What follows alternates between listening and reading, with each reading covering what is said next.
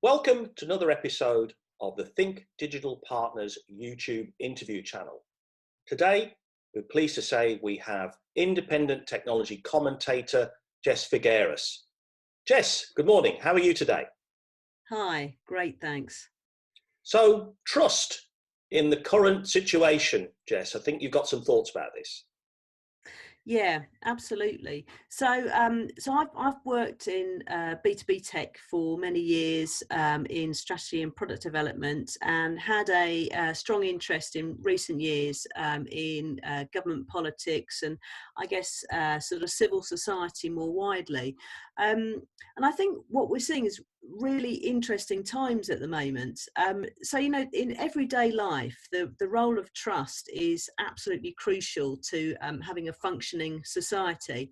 If you look at it at quite a basic level, you can look at countries where that kind of societal trust has broken down, and you get behaviours like, people who don't trust the police won't report crimes. People who think the authorities are corrupt won't pay taxes. And on an individual level, when people don't trust that their kind of counterparty is going to fulfill their side of the bargain, they're not going to engage in transactions, they're not going to want to buy and sell things. So this is why trust is an absolutely crucial underpinning to a decent functioning society and economy. What's happened, in a country like Britain, very sort of mature democracy, over hundreds, thousands of years, we've developed, complex web of, regulations, democratic safeguards, and also kind of cultural norms, which have helped us to keep those levels of trust high. And this is arguably why we're a kind of a successful democracy. But now look at what's happening with COVID and social distancing. What's happened in a very, very rapid space of time is that many of us have started to live our lives online, right? We're not going out, we're not interacting face to face with services, with people. And many of us are having to do now things online that we never had to do before, like many people unfortunately having to claim state benefits perhaps for the first time in their career, looking out for support just to kind of find out what's going on.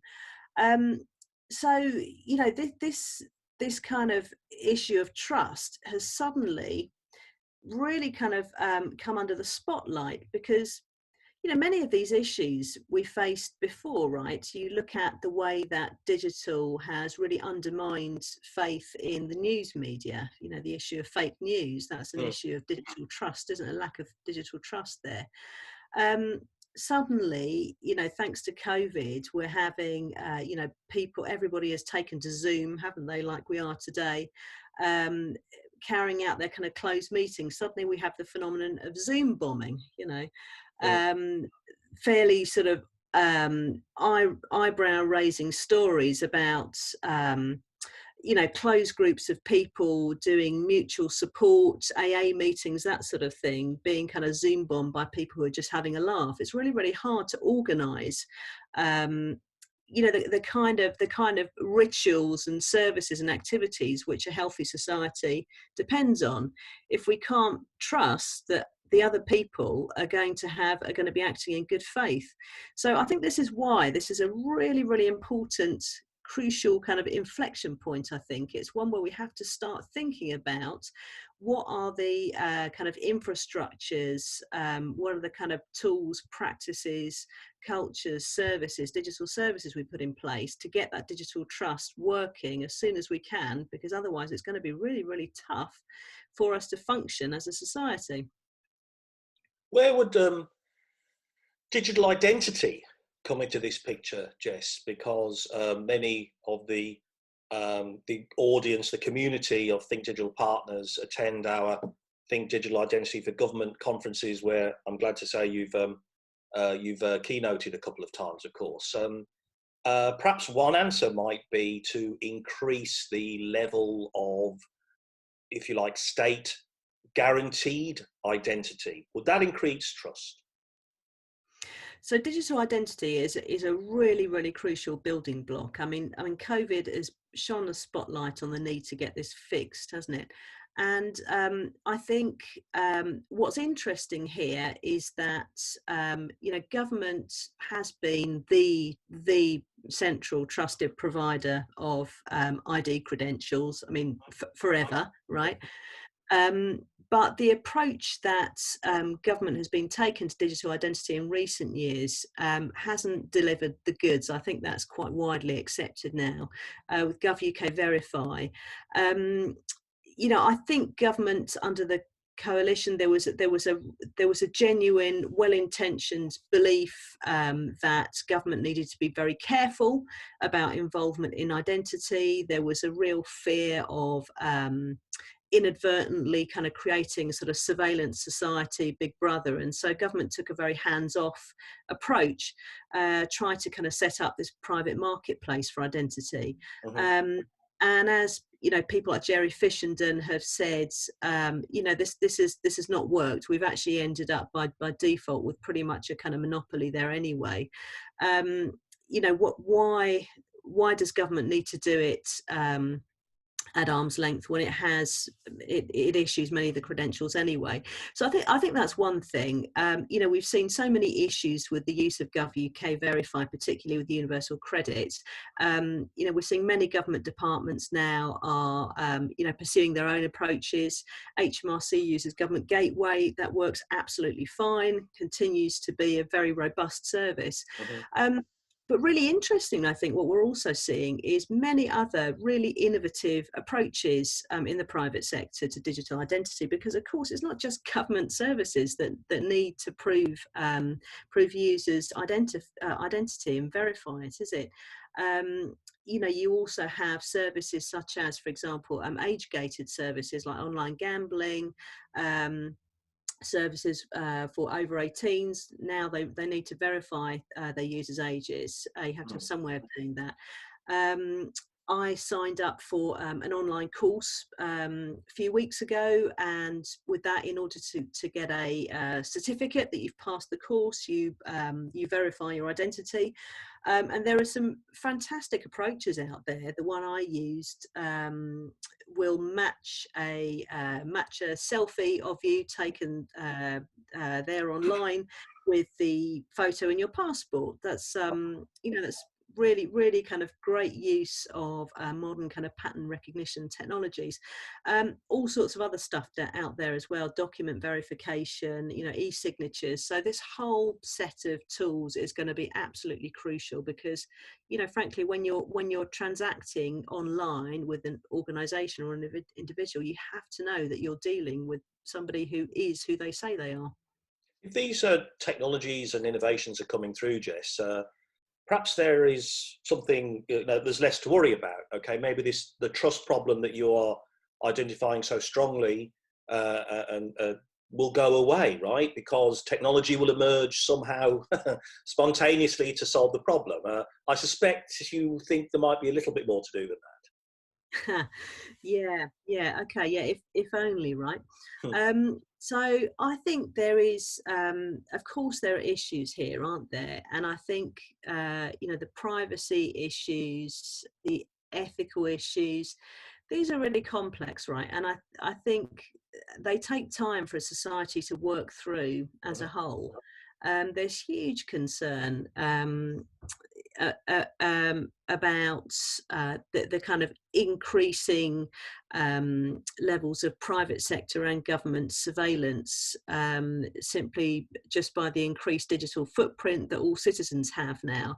And this is one area where the digital realm is just categorically different to offline life.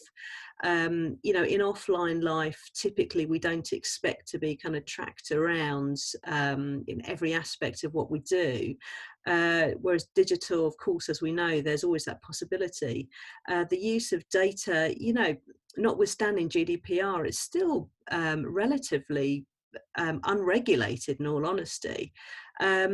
Lots of issues just about the lack of transparency. We just don't know in many cases who is tracking us, who may have our data already, what they're doing with it. There's a lack of transparency about how algorithms work. And all of this is pretty tough. What we do know is that there is a fair trade-off between safety and privacy, Okay. which is completely fair enough. I think everybody accepts. If you look at the debate about COVID tracing right now, Right. is it acceptable for everybody to be encouraged or mandated to download smartphone app that will trace your contacts, let you know if you've come into contact with people infected? Right now we are right in the centre of that debate. We just don't know whether people will find this acceptable or not. I'm going to have to ask you, I'm going to put you on the spot, Jess. Would you use the app? Would you trust the government to do enough, right? I personally, yes. Okay. I trust the NHS. I trust them with my medical records now. But trust has got to be earned and maintained, right? And the NHS, as with everybody else, is heading into an area now where increasingly they will have the ability to match these data sets. In the past, my medical records were on a shelf somewhere in my GP's surgery.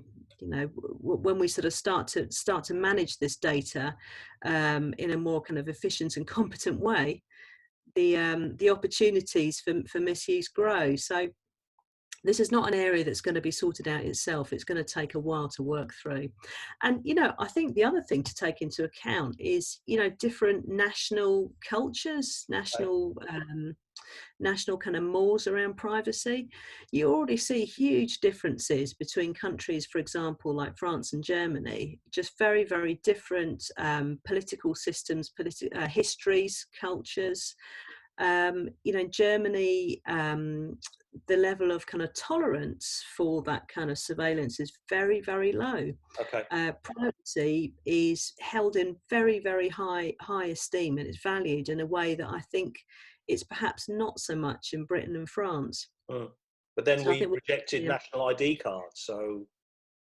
We did, that's right, yeah. The way that was described, it was very particular to a time in history which really resonated, wasn't it? I think there's that phrase, isn't it? Show me your papers, which is brings back kind of wartime memories, doesn't it? Indeed. Yeah. Well, you've outlined these problems, which are hard, genuine social problems, Jess, and you've written about them recently, and we're glad that you've allowed us to share it on the Think Digital Partners website. What's the action here? What is the response you think from the Think Digital Partners community, who many of them are very much involved in the practical policy making and also the technology choices around things like digital identity? What's the to-do list?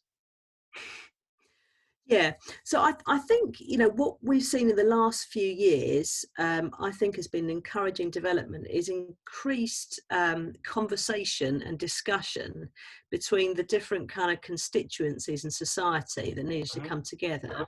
And those are the tech industry and the policymakers. A lot of ink has been spilled about the complete lack of sort of tech savvy amongst the policymakers. But on the other hand, the tech industry's addiction to solutionism, levels of perhaps kind of naivety or sometimes just kind of lack of ethics. And I think that gap between the two is really starting to narrow now, which is fantastic. I think the role of civil society organisations, there are various kind of think tanks, organisations which are looking very, very deeply at a lot of these kind of ethical issues around tech and digital and data, which is very, very helpful. So, if I was going to kind of speak specifically to the tech industry, I would really, really encourage them to engage with these conversations. I think tech industries traditionally like to sort of see itself as almost, what's happening more widely in society and politics is something that they kind of wanted to steer clear of. They wanted to kind of stay out of the fray. They wanted to stay neutral. It's not Right. their bag.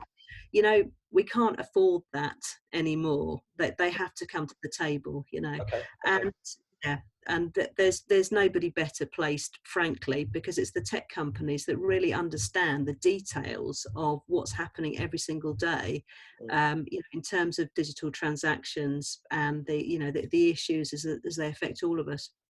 I'm asking people in this kind of series of interviews, Jess, to look a little bit into the future. And there's a lot of debate at the moment, isn't there, about are we ever going back to normal? Has the Mm. world changed in some fundamental way? We kind of spin between those two poles, don't we? As someone who's spent so many years thinking and talking about technology with practitioners and customers, and aware and very conscious of the wider social trends, as you just said, paint us a picture of the future. Will we go back to normal in, IT government circles by the end of the year? Um, I'm sure you'll be unsurprised to hear that my answer will be no, we won't. Um, I suppose if we kind of look at the area of kind of public sector IT, I think the era of public sector IT is over, and I think what we're moving into an area of public services technology. Okay. Um, and I think this is all about how the role of government, particularly in society, has completely shifted. A generational shift in the last 6 weeks. We've seen Britain move to what looks very much like a kind of wartime economy. Mm. Very, very high levels of sort of central planning and direction. The government intervening directly in nearly every day of every aspect of everyday life, the economy. That is not going to be changing anytime soon. The economy Okay. is going to be directly dependent on government support for the next 18 months, I would say. And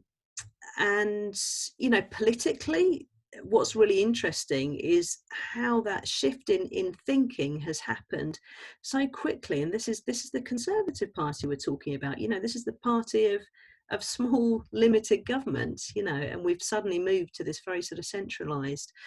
I think the idea that government had a kind of narrow remit, I think is over. Okay. But by the same token, the role of the private sector has really changed as well, and we're seeing now the way that, for example, private companies, which a month ago, a company might have been a kind of luxury fashion brand, and today it's manufacturing hospital gowns and hand sanitizer. It's really, really extraordinary the way that private sector companies have very, very rapidly shifted what they're doing to meet the new societal needs. And we're seeing this level now of kind of meshing together of kind of broader sort of urgent social purpose choreographed by government, Yeah. private sector, kind of meeting the needs. And I think we will see more of that. I really do. And I do think this whole area of digital trust and digital identity is absolutely is going to come along with that. We're going to see more regulation here, and that's a good thing. Actually, the regulation will create the market. So I think that's the first thing. I think that's the second thing is I think we're going to see government perhaps as we move into the kind of recovery period becoming a lot more demanding of its suppliers. Oh. We've seen that local government for many years has been very good at looking for social value from its suppliers. I fully expect to see more of that now coming out of central government and NHS, looking for suppliers which can show that they operate ethically and Okay. they support the local community. Well, my final question for today would be to ask a little bit about where Jess and Jess's future, and about how people can connect with you and find out more about you. Do you have a a website? I know you're active on LinkedIn. Is there anything you particularly want to kind of inform us about your kind of thinking and plans right now? So yes, you can find me on Twitter or LinkedIn. I'm really keen to chat to any organisations that are active in this area of digital trust. Organisations which are really kind of thinking very deeply about how we use digital and trust to really facilitate, citizens to take part fully, in Okay, the 21st century economy. So that's what I'm interested in. So keen to meet and talk. Just tell us. Perhaps. We'll include it in the notes in the channel anyway, Jess. But what's your Twitter handle, and is that okay to ask? Yeah, sure. It's at Jessica Figueras. Okay, quite simple. Okay, fine. All right. Well, we'll include a link to your very interesting blog where you've discussed many of the issues you've been kind enough to talk about with us today. I think that's everything I wanted to ask you today, Jess. So thank you very much for being on the interview channel. Thank you.